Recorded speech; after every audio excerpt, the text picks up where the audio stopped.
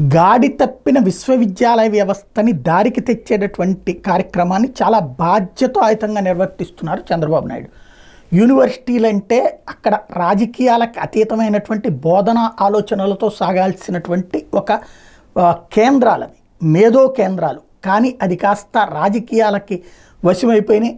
రాష్ట్ర విభజన ఉద్యమాలకి ముందు యూనివర్సిటీలు అంటే మనకి హ్యాట్స్ ఆఫ్ చెప్పేవాళ్ళం. యూనివర్సిటీలు అంటే అపారమైన గౌరవం ఉండేది. రాష్ట్ర విభజన ఉద్యమాలు ప్రారంభమయ్యాక అప్పటి నుండి ప్రారంభమైన దరిద్రం యూనివర్సిటీలోకి రాజకీయాల జోక్యం, యూనివర్సిటీలోకి ప్రాంతీయ ఆలోచనల జోక్యం. ఆ తర్వాత పూర్తిగా రాజకీయ పార్టీల చేతులలోకి యూనివర్సిటీలు మారిపోయినాయి. చంద్రబాబు గారు ఉన్నప్పుడు రిజిస్ట్రార్లను తెలుగుదేశం అనుకూలంలో పెట్టుకుంటే, జగన్మోహన్ రెడ్డి వచ్చినప్పుడు వైస్ ఛాన్సలర్లను తెలుగుదేశం వైసీపీకి అనుకూలంలో పెట్టుకున్నారు.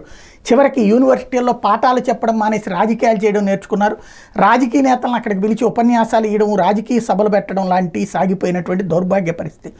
ఇప్పుడు దాన్ని సక్రమంగా మార్చే ప్రయత్నం చేస్తున్నందుకు చంద్రబాబు గారికి హ్యాట్స్ ఆఫ్ చెప్పాలా. అందులో భాగంగా రాష్ట్రంలో ఉన్నటువంటి యూనివర్సిటీలన్నిటి కూడా ఒకటే ఏదో ఇప్పుడు ఒక్కొక్క యూనివర్సిటీకి ఒక్కొక్క చట్టం ఉందన్నమాట.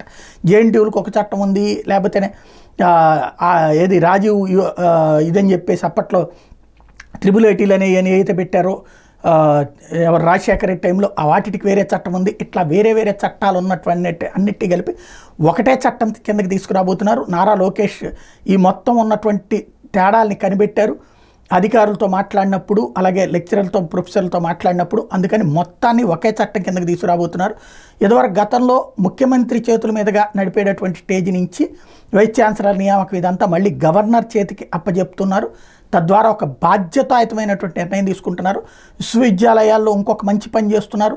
ఇప్పుడు ఎగ్జిక్యూటివ్ కౌన్సిల్ అంటే పాలక మండళ్ళు అనేటటువంటిది ఎవరైతే రాజకీయ నాయకుల యొక్క ఓ రకంగా అదొక పునరావాస కేంద్రంగా ఉండిపోయింది. దాన్ని మార్చి ఇప్పుడు ఆ యూనివర్సిటీల పాలక మండలని తీసేసి గవర్నింగ్ బాడీ అని పెట్టి, ఈ గవర్నింగ్ బాడీలో పారిశ్రామికవేత్తలను పెట్టబోతున్నారు. అద్భుతమైనటువంటి నిర్ణయం, శభాష్ చెప్పాలా చంద్రబాబు గారికి. ఎప్పుడైతే ఆ ఇండస్ట్రియలిస్టుల్ని దాంతో లింక్ చేస్తారో వాళ్ళ ఇండస్ట్రియల్ సెక్టార్కి కావలసినటువంటి రిక్వైర్మెంట్ తరహాలో ఇక్కడ ట్రైనింగ్లు ఇస్తారు. తద్వారా ఇక్కడ చదువుతున్నప్పుడే ఉపాధి అవకాశాలు అన్నది దొరుకుతాయి. అదే సందర్భంలో చదువు అయిపోగానే ఉద్యోగ అవకాశాలు దొరికేటటువంటి అంశం ఉంటుంది. చక్కటి ఆలోచన చేస్తున్నందుకు చంద్రబాబు గారిని అభినందించాలి.